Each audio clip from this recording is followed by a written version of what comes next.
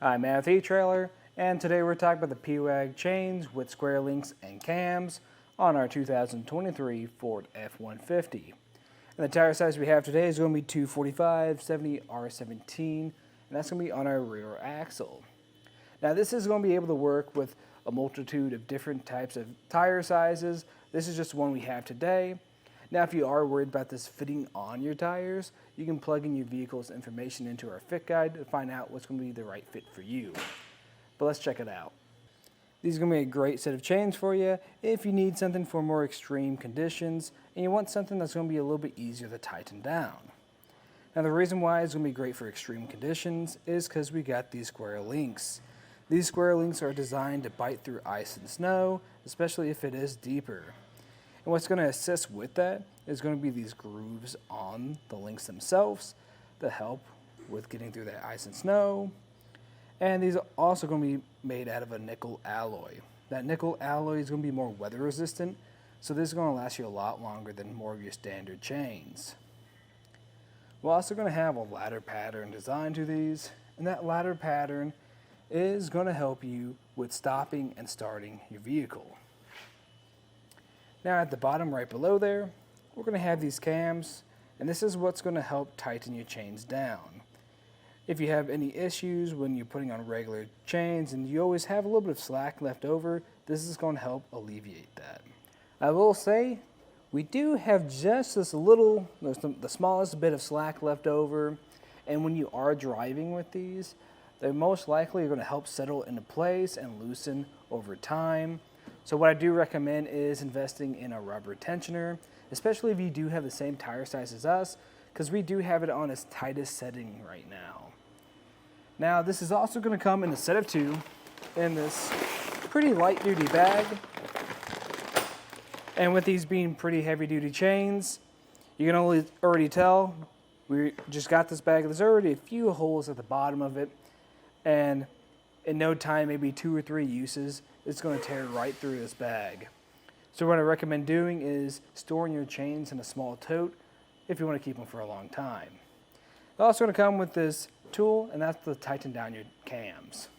Overall, these are going to be a great set of chains for you if you're looking for something to get you through more extreme conditions, whether you're going through a lot of snow, some deep ice, because we do have these square links at the top. Now, if you're going through more moderate conditions, I would recommend either some twist links instead, or just a smaller link size in general. I know Koenig makes plenty of different types of chains that are smaller links and are really easy to get on, especially if you do like this ability to tighten down your chains pretty easily. But if you like these because they are pretty bulky, they're going to give you a lot of bite through ice and snow, it's going to be a great fit for you. So if you're curious about how we got them on, just stay tuned and we'll walk you through the process. To start off our installation, I recommend grabbing some gloves. This is going to make this a lot easier. And if you are doing it for the first time, I recommend staying home and trying it out because you don't want to have to figure this out on the side of the road in the middle of a blizzard. But the first thing we want to check is our links. We want to make sure there's no damages to them and that everything's looking pretty good. And if it looks like that, we want to make sure it's in the right orientation. So we'll have this hook. We want to make sure this is facing up and not down, so it's facing away from your tire. And we want to make sure these cams are closest to me. And we also want to make sure they're not twisted up. If they're facing this way, it's probably not going to be a good fit. And we want to make sure they're not already tightened up.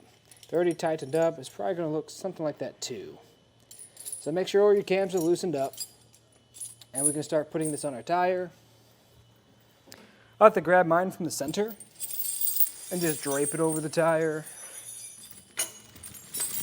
Once you get it to this stage, I grab it from one side and push it over, just so it's not dragging across that rim, scratching anything up.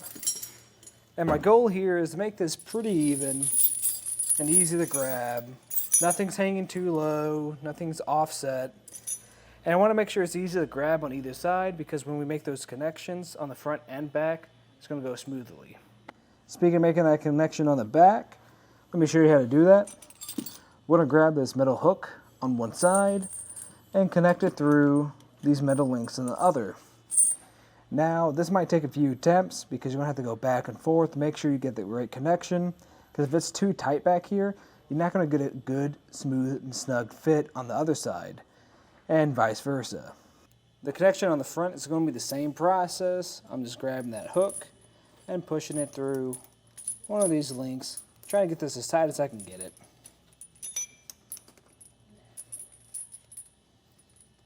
Once I've made this connection, I'm going to start tightening down my cams. To tighten those down, we're going to grab our cam tensioner. We're going to stick this flat part of it through this flatter circle, and we're going to twist it. Now let you know if you're going the right way. If this chain isn't moving any, you're probably going the wrong way. So just turn it the opposite direction, then you know you're on track. And this still feels pretty loose, so I'm going to go over to the next one. And I'm going to keep doing this until my chains feel really snug.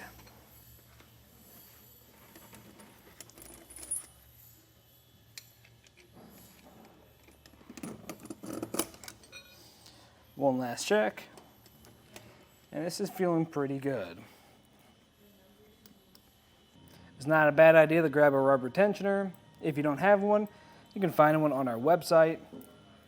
And what this is going to do is just take out a lot of that slack we get in our chains while we're driving.